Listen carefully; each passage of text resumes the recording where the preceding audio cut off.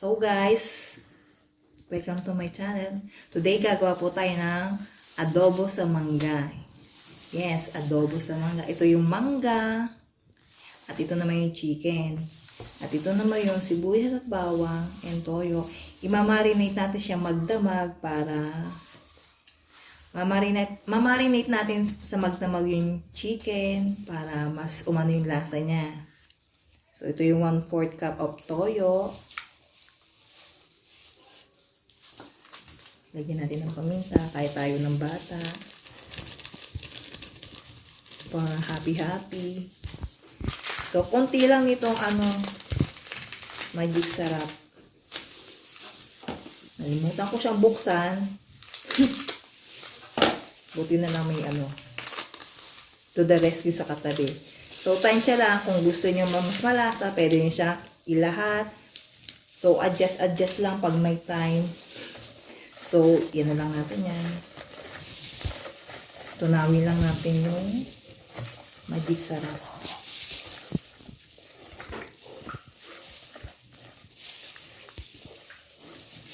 Konting toyo lang nilagay ko kasi paiigahin natin yung adobo ko.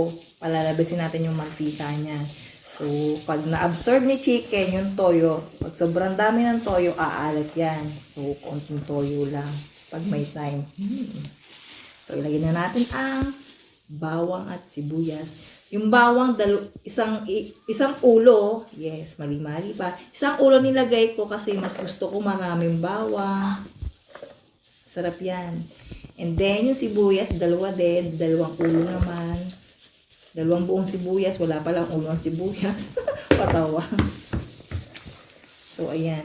Mix-mix lang natin yan. Dati nakagawa na rin ako ng adobo na may mangga. So, yung natikman ko siya, masarap. Medyo manamis-namis na maasim-asim. So, hindi tayo gagamit ng suka kasi ang pinakasuka natin ay yung mangga. Ay na magiging pampaasim niya. So, talagang nutritious to kasi may mangga tayo. 2-in-1. May ulam na, may prutas ka pa habang kumakain. Yan muna natin ang chicken. Pagulong-gulong hanggang siya mahilo. Pahiluin muna natin ang chicken na yan. So guys, medyo malaki ang cut kasi sabi ko doon sa nag-cut, katamtaman laki lang. Ay, ang ginawa niya, ito pala ang kanyang katamtaman. So, hindi na ako makareact sa kanyang ginawa. Ayan na lang siya. Kasi pag nabila ko ng chicken, pinapakat ko na sa binibilhan ko kasi masyadong matarabaho pa pagkakat ko pa siya dito sa bahay. So, ayan. Ma-absorb na yan. Kasi pag nag-aadobo ako, talagang siya, pinakakati ko para lumabas yung mantika. Then, slow cooking siya. Mahinang apoy. Masarap to.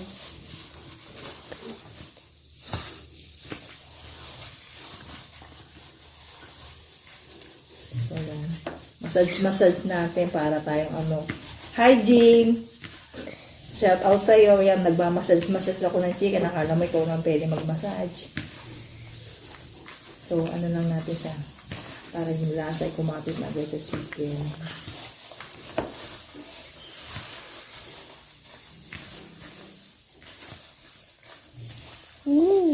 Then, add natin yung mango. 4 na mangga yung ginamit ko. Dapat 5. Kaso yung isa, talagang malapit ng mahinog. So, 4 na lang. Pag aray sa slow cooking, tong mangga na to, talagang as in lalambot siya yung mangga. Kasi talagang, matagal siyang lutuin. Kasi nga, gusto ko talaga iga siya. Wow! Sobrang yummy. Bale, pa 2 times ko nang ginagawa to. Yung dating unang gawa ko, talagang hilaw pa yung mangga. Parang medyo bubot pa yata yun. Pero 2 years ago pa yun. So, ngayon lang ulit masusundan. Pero ano, sigurado to medyo manamis-namis at may maasim-asim na manamis-namis kasi nga medyo malapit na siya mahulog. Kasi dati, yung ano, yung ginawa ko siya medyo hilaw pa talaga yung mangga. May konting tamis lang siya. Ito sigurado medyo manamis-namis siya. Pero guys, pwede nyo gamitin ang yung kinalabaw na mangga, pico, yung mas maano yun. Mas maasim ang kalalabasan ng adobo ninyo.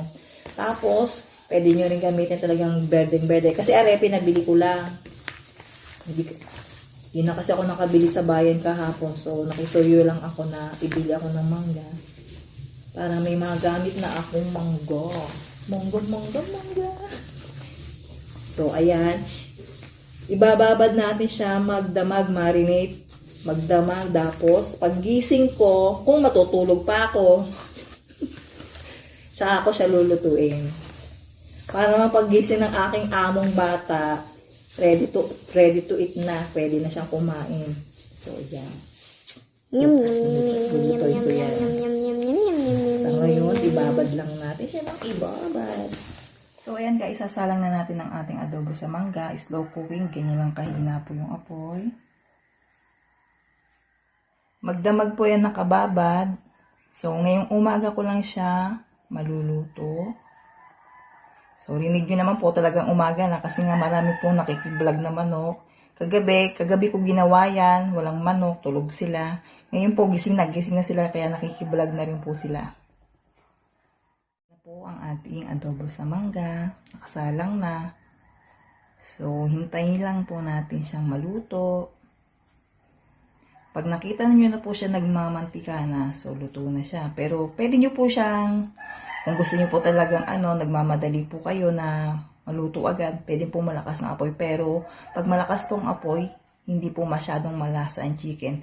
Kaya slow cooking ang gusto ko kasi yung pinakalasa ng ingredients natin, manunuot yan sa manok. Kaya slow cooking ang mas better para sa akin. Pero nasa inyo po yan kung gusto niyo po ng way ng pagluluto sa inyong adobo. So, ayan guys, kumukulo na siya. Tinransfer ko na siya sa isang kawali, sa teflon na kawali.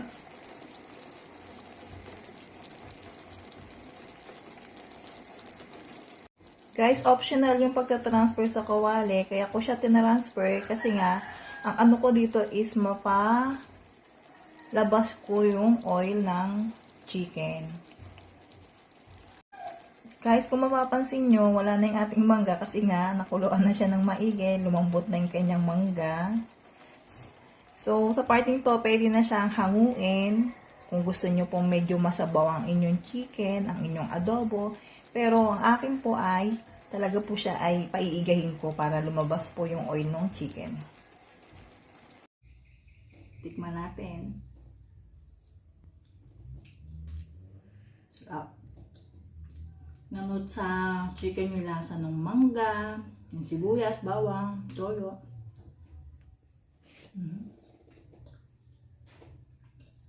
Yan, pati ilong nakain. Yung taga-video ko, natatakam na, gusto na niya rin kumain. Harap. So guys, thank you for watching. Sana po i-like nyo ang video ko and subscribe me. And don't forget to hit the button para lagi po kayong updated sa upload ko. Thank you!